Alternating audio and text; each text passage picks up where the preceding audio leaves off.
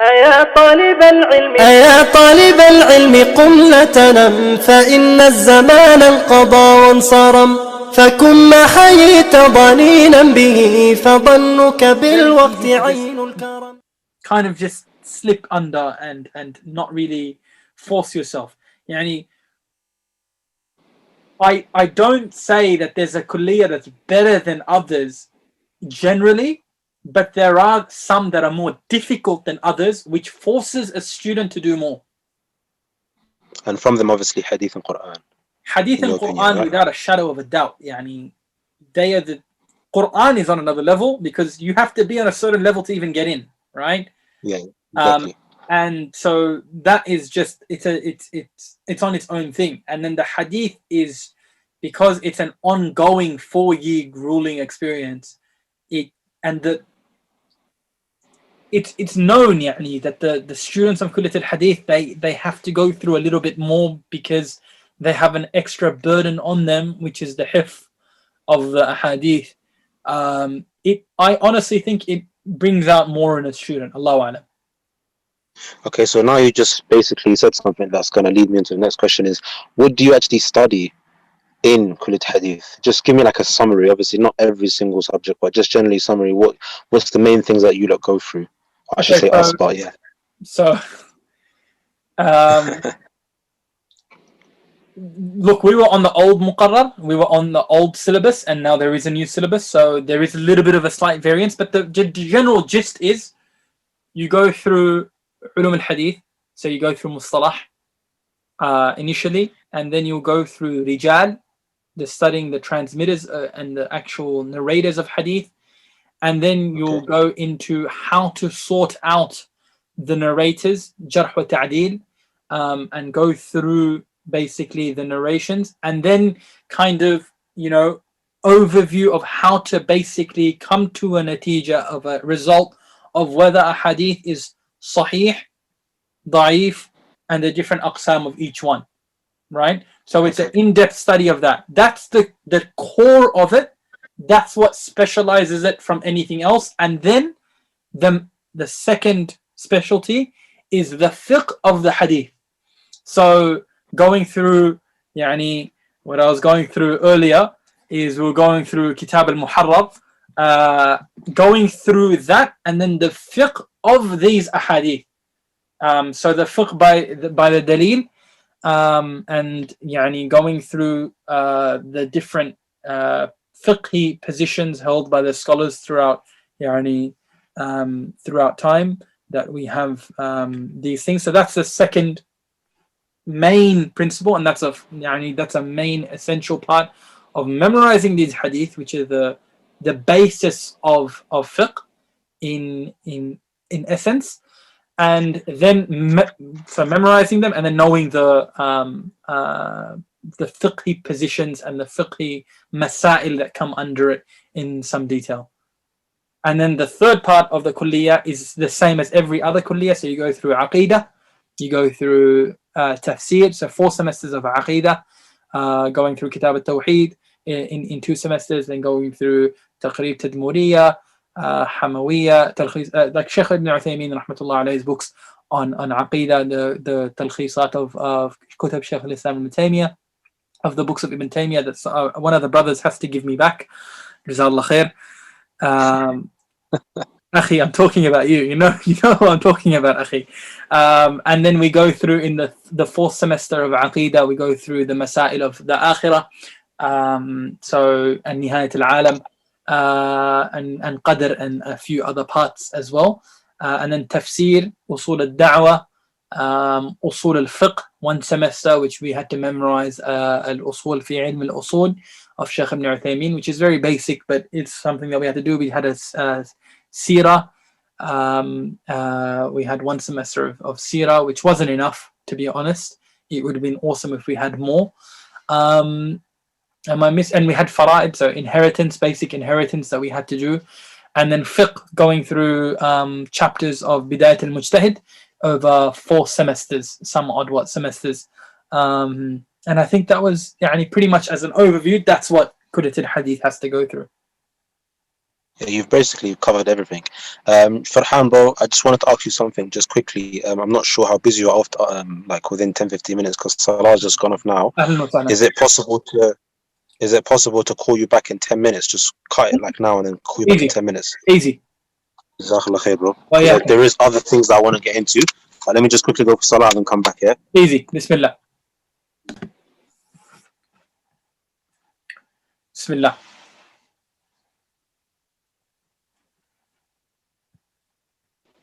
Bismillah wa salatu salam ala rasulillah. Assalamu alaikum, bro. Sorry about that, akhi. سلام ورحمة الله وبركاته أخي. Yeah, so if you can just, I'm going to ask you the question again. What are the subjects that you study in Kulit Hadith? Just give us like a summary, because I think that's where we last left off. Yeah, we just discussed before يعني, that there's three main elements to it pretty much. So the first is Ulum al-Hadith. In the Faculty of Hadith, you have to go through basically what we covered was the Mustalah, the Jarh wa Ta'deel, so the narrators, and the grading of the narrators. And we went through, so that's a few semesters of each one.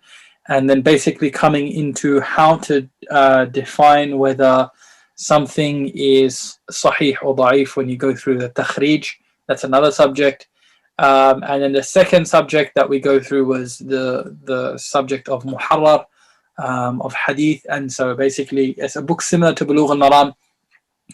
Going through that book and going through the fiqh of that book and memorizing it at the same time, sometimes up to 200 hadith per semester, 13-14 week semester.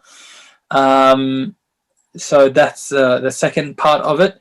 And the third part is, which is, as you know, is with the rest of the university, and that is basic Islamic studies. So fiqh for 4 semesters, aqidah for 4 semesters, seerah for a semester, usul al-fiqh for a semester, fara'id for a semester, inheritance. And I think that's I think there may be something else that we're missing, Allahu A'lam, but that's pretty much the gist of it. Usul al-da'wa, tarikh al-mamlaka, and basic other subjects as well. Okay, with what you just mentioned now, there's a couple of questions I want to ask you. Obviously, for those that don't actually understand the Arabic terminologies and just generally don't really have, how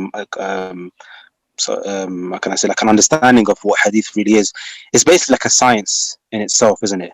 It's literally like a science. It's a science, it's a method, it's a way, it's a field of knowledge inside of a field of knowledge. So basically, those three things that we discussed, mustalah, just mustalah, the terminology of hadith, the terms used in hadith, is an entire subject of its own. And then rijal, an entire subject of its own. And then takhrij, an entire subject on its own. So the different ways of the imma that they used in their fields, in their sciences. So it's a science, that's a broader science is hadith, and inside of it there are sciences as well. And that's there's so it's so vast. It's and that's deep, subhanallah. It's really deep. It really is. It's just rijal, for instance. I'll give an example. You have the narrators of hadith, right? So the classical scholars have gone through and basically compiled entire biographies of individuals who are narrators of hadith. But then using this information, how do we determine if someone was a thiqah, someone who was trustworthy, or someone who was not so trustworthy? So these, there were people that had extreme trust and they were easily going with people. So they had what we'd say tasahul. They were lax in their grading system. So that's just one way. So there were others that were extremely harsh because they felt that this science was an amana. It was a method that they had to preserve the religion through, so they needed to be the strongest and most meticulous that they could.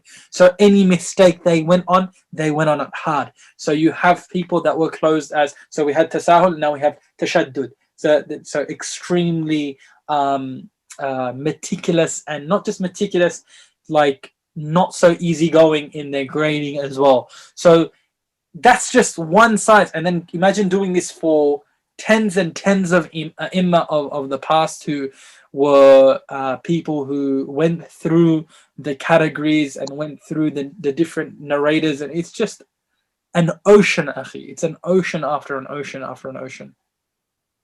It really is, akhi. Wallah, when you think about it, because, you know, like you mentioned before, obviously, when the Shaykh advised you to go into Hadith, and it's, you know, it's going to make you a serious person, because, you know, you have all these different subjects, and each subject alone, if you just focus on that subject, you'll be like, wow, subhanAllah, you don't want to stop reading about it. And just generally, you learn a lot through each subject. So let alone having several subjects, like, for example, you mentioned Mustalah al-Hadith, and then Ilm al-Rijal, and then Takhrij, and then it's like, subhanAllah, it really makes you realize that if a person really does take his time and benefit and put in effort into the 4 years in the faculty of any faculties, and generally, he really can benefit a lot.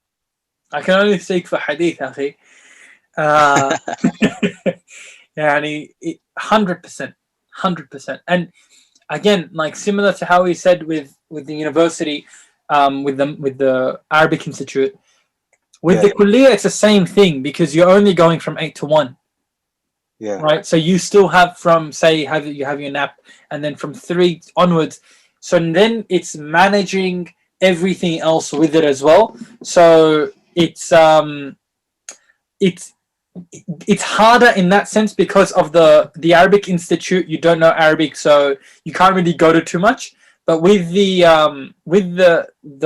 faculty, you now know Arabic. You can now go to the lessons of the mashayikh. This is the hard part. With the Faculty of Hadith, you are so under the pump, especially us as Westerners.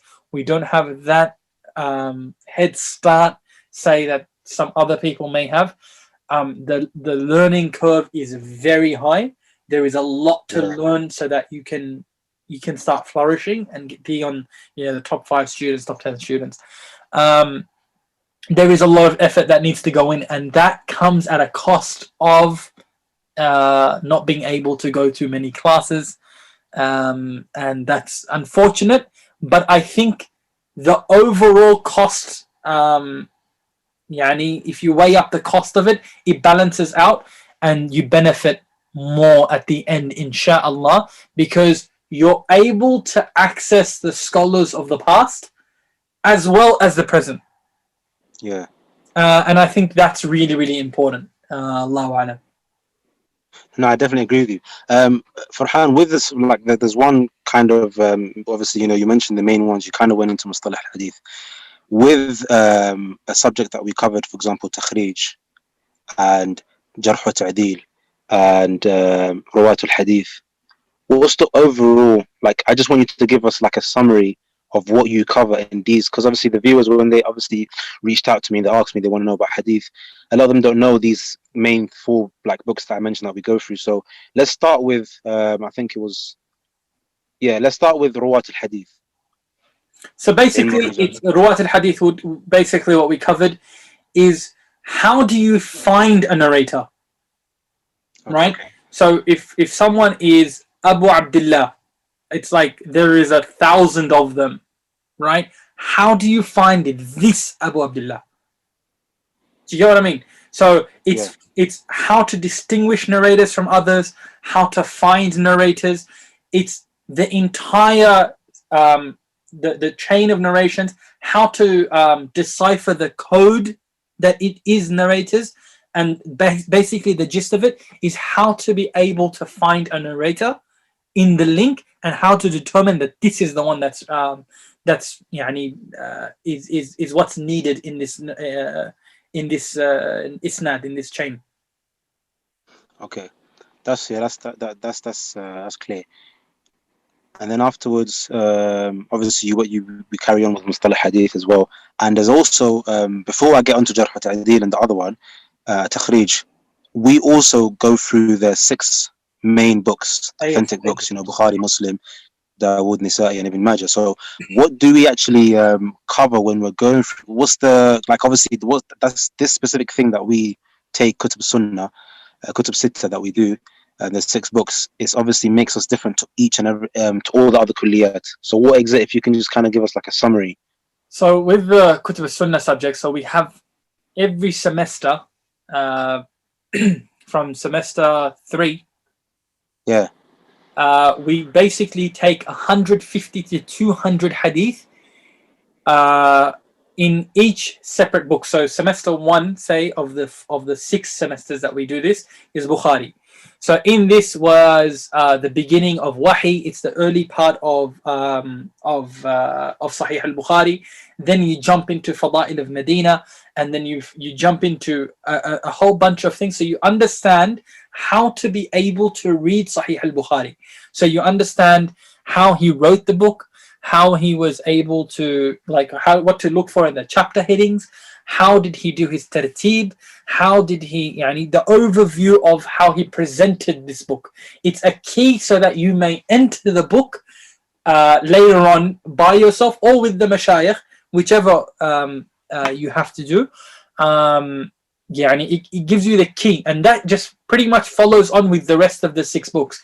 It gives you an overall perspective of how the Imam wrote the book, and gives you a practical taste of, hey, this is a chapter from, for instance, Tirmidhi. Let's see how you go with it, and what do you pick up, and how would you read this later on. Okay, yeah, that's because obviously a lot of people don't know that we actually do that, and obviously as well, having said what adding on to what you said, we also cover the like kind of summary version biography of the actual author. But yeah, before you start off with the actual book, you start off with the Imam who wrote the book, and then you do a study of the book as a book, right? Not the hadith inside. So you'll study, for instance, the methodology of the Imam in this book. So for instance, Tirmidhi, that we studied with our Shaykh Muhammad, Hafidhahullah, we studied it with him in the sense of what is the condition of Imam at-Tirmidhi.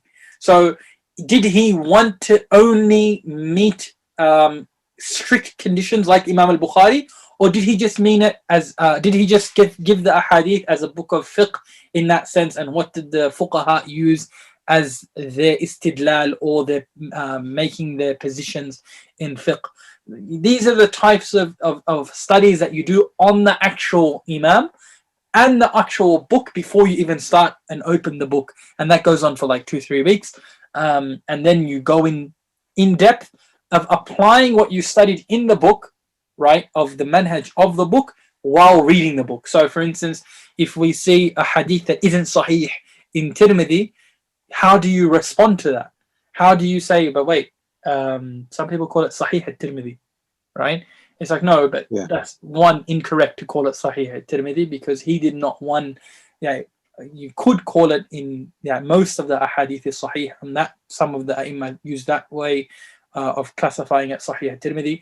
But the way that it's known to it should be known is sunan at-Tirmidhi, that it's presenting the ahadith that are used by the fuqaha, and sometimes those ahadith aren't sahih, right? So there's different things, like for instance Abu Dawood, same thing, that why did he use ahadith that are da'if inside of it. Same thing with Ibn Majah and Nasa'i. There's so many different things. And for instance, when you study Bukhari, when you get to, for instance, things that don't meet his conditions, like the mu'allaqat and things that, it's an in-depth study, and it's a practical examination of the book, and it's deep. When you go into the narrators, remember Sahih Muslim with the Shaykh, like it's literally every single narrator that's there, and it came to, I counted it was 200 and something narrators that were just mubham, that you didn't have their first name mentioned or their last name mentioned in the isnad, in the chain of narration, and we had to memorize that, and that was crazy, akhi. I remember that. I definitely remember that. Muslim. Jazakallah khair. So with regards to the next subject that we obviously that I wanted you to kind of give a summary on was Jarh wa Ta'deel. What did you? Because obviously, and then it's gonna lead on to me asking you something else. But what's if you can kind of give us like a summary of that? Because that's something obviously that we only study, includes Hadith. So we went through a book called Dawabit Jarh wa Ta'deel, and it was taught to us by a beautiful Sheikh Awad al-Ruwaythi, Hafidhahullah. And that's another blessing of Kullit al-Hadith, is that you have absolute gems teaching you. You have really some of the highest echelon of scholars teaching you sometimes basic books, but sometimes like heavier books, and that's one of the blessings of Kullit al-Hadith. But we had that book taught to us, and basically what that book goes through is when you have a narrator and the ulama of the Salaf and the mutaqaddimin and mutaakhirin have passed a judgment on a certain narrator, whether he is trustworthy or not, right? How do you use these statements of the Salaf, and how do you come to a conclusion on this narrator? What is the method that you are able to come to a judgment of, is this person trustworthy or not? And this is essential because if there isn't someone that's trustworthy in the chain of narration, it affects the entire chain of narration. So it's something that's elementary. It's very essential in the faculty, in the studies of Hadith, of how to grade the narrators. So this is, that's pretty much the gist that we took from al-Jarh wa Ta'deel. Jarh, the people who were not, you don't want to say accused, it's they put rulings on people that they were either trustworthy or they weren't trustworthy. Yeah, and that's a very important topic. But okay, and then Jazakallah khair for that. As for the other one that it's mainly taught in only Hadith actually, is Takhrij. What's the gist? What's kind of what is that about? So it essentially goes through three essential parts of it. The first is, if you ever read a book, right, and you read a part of a hadith, how do you find that hadith from just the part of hadith that you have? So for instance, you might have a sentence of it. How do you find the hadith of that? First, it's finding the actual hadith. If you have the narrator of hadith from the companions, like for instance, if it's a hadith of Abu Hurairah radiallahu anhu, if you find, how are you able to locate this hadith? This is essential. It was more essential previously, but it still is today. Now we have just basically a Google search, but we still need to do these and keep these sciences alive, because sometimes you find mistakes online. And that's really, really the problem. There's people that don't know how to actually go and locate a hadith. That's the first part of it, how to locate a hadith. The second is how to, when you do write a hadith, how are you going to reference this hadith? It's the reference coding of the hadith itself. That's a second stage of it, because there's a science of even writing it. Either you write it from the earlier mashayikh to the earlier scholars to the later scholars, or you do it according to manzila, according to positioning, so that, for instance, Bukhari and Muslim are always going to be before Ibn Majah. So there's different ways of doing it, but it's basically the codifying the actual reference and resources that you have to make reference to in writings and at times in speeches and whatnot. Yeah, that makes it very, very clear. And also there is the last book because I know I've asked you about a lot, but the last one that I think is really, really important, which me personally is one of my favorites, and I think you would definitely agree, was Tadween al-Sunnah. That one, and you forgot one, bro. You forgot Makanat al-Sunnah. Oh yeah, Makanat al-Sunnah as well. Oh yeah. So Tadween al-Sunnah, we got it taught by Sheikh Abdullah al-Falih, who is the current Amid al-Kulliyah, right? Yeah. But actually, Farhan, my teacher was not actually him. It was actually really? Sheikh. Sheikh Faiz al-Qurashi, who's actually retired, very old teacher, who's taught like, been teaching for, I think, for 50 years plus. MashaAllah, MashaAllah. يعني we had Sheikh Abdullah al-Falih, who's, I think, Allahu Alam, he's the son-in-law of Sheikh Abdul Muhsin Abbad. I've heard that, Allahu Alam. But he was an amazing teacher in that sense, that he really knew the book inside out. And so basically, Tadween al-Sunnah was, how was the Sunnah written and preserved? Yeah. The oral way, the written method. How was Hadith preserved throughout 9 generations? And after that, the books were things. So it's going through really every single century and every single way that it was written, starting from the time of Rasulullah, where actually we have narrations that the Hadith was written down by certain companions, and we have from the Tabi'een, and we have the oral tradition, obviously, and then going through the preservation of Hadith itself. That's what we go through in Tadween al-Sunnah, and then Makanat al-Sunnah. That was a subject. That was really the subject that I think was probably one of the most favorite subjects that I studied. It was basically the position. I think I have 3 copies of the book, Allahu A'lam.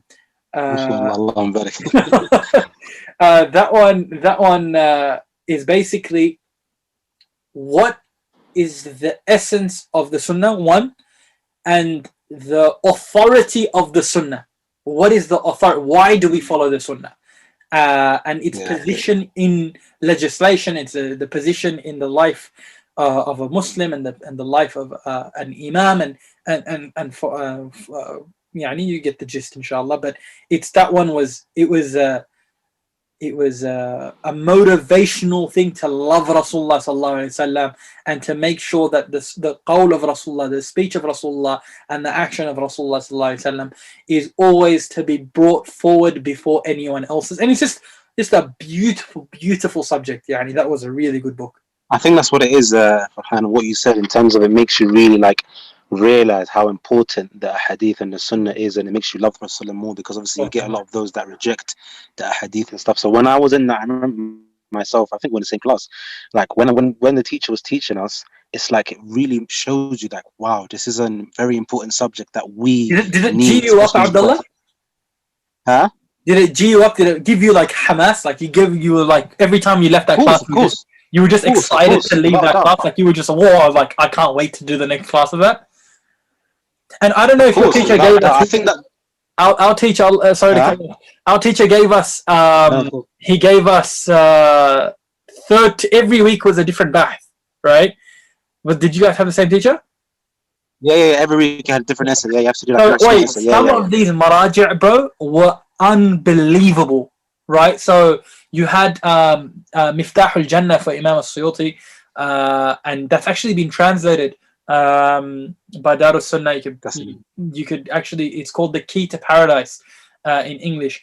That book by itself was amazing. Then you had Sheikh Albani, rahmatullah alayhi, he had a book of Hujjiyat al-Sunnah, and it's just so many amazing books. And Kitab al-Ittiba' Ibn Abil Izz al-Hanafi. That one was amazing.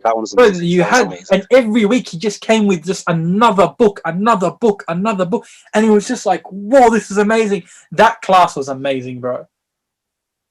Yeah, no, I really exam was pretty hard as well, eh? Yeah, no, it was, because obviously that's obviously the question I wanted to ask you now. You mentioned all these books, and then we've talked about all the other ones, but we haven't actually talked about Muharrar.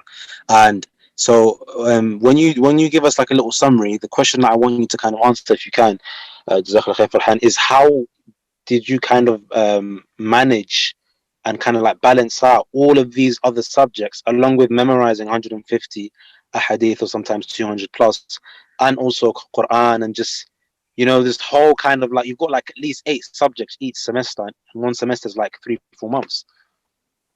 That's the difficulty of Kulliyat al-Hadith. Let's just be honest of it. That's what it is. That's what gives it its difficulty, and that's where you either thrive or you don't. I remember in the first semester in our class we had 40 we had 35 in my class. Your class had around, I remember asking you were in Sheikh Abdullah's class, right, for Muharrar? No, I wasn't actually Sheikh. Okay, so there was 3 classes. Yeah, Sheikh Abdullah. So I only had like 20. You had 20, and Sheikh Abdullah's class had 30. There was around, a good 80 students, and now we're 40 in semester 8, right? That's half have already left. Yeah. Right? That's where the difficulty comes in. So how did, me personally, subhanAllah, like every semester was somewhat different, but almost the same. So I'm not a hafiz. Inshallah, we're trying to work towards that. May Allah subhanahu wa ta'ala make it easy. But I had to do both the Quran and the Hadith of memorization. So basically the morning was for Quran and the evening was for Hadith. The Hadith, subhanAllah, it doesn't take that long to memorize. Personally, it wasn't that. You build it up. The first semester was really difficult. The second semester was really difficult. And then you get used to it. But the hardest part is revising what you took before. And that's what a lot of brothers don't do. And inshallah, one of the best ways for if someone is watching this and they wanted to revise it is to go through Bulugh al-Maram, because it's very similar. And it really helps you consolidate what you've taken before. And that's really helps out. So morning and evening, and then revision at the end of the day for the Quran and the Hadith. And that's the whole point, that you don't have much time left to go for classes. And that's really the sad part of it. Like sometimes you kind of feel down. Like all the brothers, they're doing so many amazing things when they go to classes with great scholars, great mashayikh, and we struggle, akhi, because we're not the best of students. We're not the most knowledgeable of students, so we have to do more effort so that we're able to flourish in class and later on in the semester as well. So I know me personally, I wasn't able to study too much outside. We only got to study a few times with some mashayikh. We did, I was alhamdulillah, at the end of it, in the beginning it was very, very intense at home, and then by 5th semester I was able to go out a little bit more and benefit from the mashayikh. So Shaykh Rahman al-Azami rahmatullah alayh, we benefited from him a little bit at the end, right at the end, subhanAllah, my last semester in Medina. Just we started getting into it a little bit more because you were a little bit more confident of your ability, and so you knew how much you had to get done at home, and then you could do a little bit more outside. So that was pretty much it. It was like I still do it till today, timetabling everything, what I need to do in the week, exactly things I need to get done, sometimes even times and time limits on each thing. SubhanAllah, it's one of those things that you just really have to knuckle down. And that's what, now being back in Australia, because we can't go back because of COVID for our final semester, that's what I'm trying to nail down here, because the barakah of Medina is also in its time. And over here, SubhanAllah, we feel like, because I'm working, you might know, I think here, at the bookstore, Dar es Salaam. Shout out to the boys at Dar es Salaam. Allah understand. I want you, inshallah, to just send me the link. I can put it, inshallah, in the video as well. Yeah, dsbooks.com.au, bro. We're doing okay, alhamdulillah. We're with the brothers, but the problem is that time frame of getting everything right is very difficult here in the West. I don't feel the same barakah that I had in there, and that's it's a ni'mah of Medina that we get to have. You just feel like you have extra hours in the day, akhi. You really feel like you have extra hours in the day, and over here it's like, as much as you try, you cannot get that same, out of the hour you don't get the same amount of work done. Inshallah, Allah subhanahu wa ta'ala helps us try to overcome this, but that's one of the biggest differences now that I've seen. It's just, if you have that timetable and you stick to the timetable like diligently, not just like waving it off, kind of that, I can leave this class till later, I can revise this later. It's being up to date with your work weekly, monthly, and then literally every month you do a revision of everything that you've done. It's just ongoing, akhi. And And sometimes you feel bad, but that's why we went there. We got accepted to study in the faculty, and that's a privilege in itself. So you want to really put in the effort so you thrive in there as well. And inshallah, we try to do a little bit of that. Yeah, Jazakallah khair, bro. I mean, I think, like you said, obviously, you have so much going on, and your timetable is really packed, and it's just you don't have much time outside. But I think, like you mentioned, when you kind of get into that fifth, like halfway, near enough halfway in the 4 years, you kind of know how to balance out your time. It's learning curve, and us, yani, we're like in our 4th year. Yani, as you said, in the 2nd year of Kulliyah, that's 4 years into studies. Yani, that's 4 years of a learning curve that you have to kind of go through to kind of just paddle along, not swim, just paddle along, just float. You know what I mean? I'm just floating here. So because we haven't done anything before that, and that's one of the main problems that we came across, that we didn't really, if we had just gone through مثلا كتاب التوحيد before we came to the thing, أصول الثلاثة قواعد الأربع, these essential books on Tawheed, if we had done something essential in Seerah, something essential in fiqh, any basic fiqh manual, if you go through some hadith, if we had done this before, it would have been less of a jump. But because we just jumped in this head first, it made it a little bit more difficult. But alhamdulillah, bro, it was alhamdulillah, it was well worth it. Yeah, definitely. I definitely agree with you. I'm going to completely change the topic. Jazakumullahu khairan, viewers, for watching. Hopefully, inshallah, you enjoyed it. That's the end of part 4. And inshallah, the last and final episode of these interviews, may Allah make them of benefit to all, with brother Farhan. May Allah reward him for his time and efforts, is coming up very soon. Wassalamu alaikum wa rahmatullahi wa barakatuh.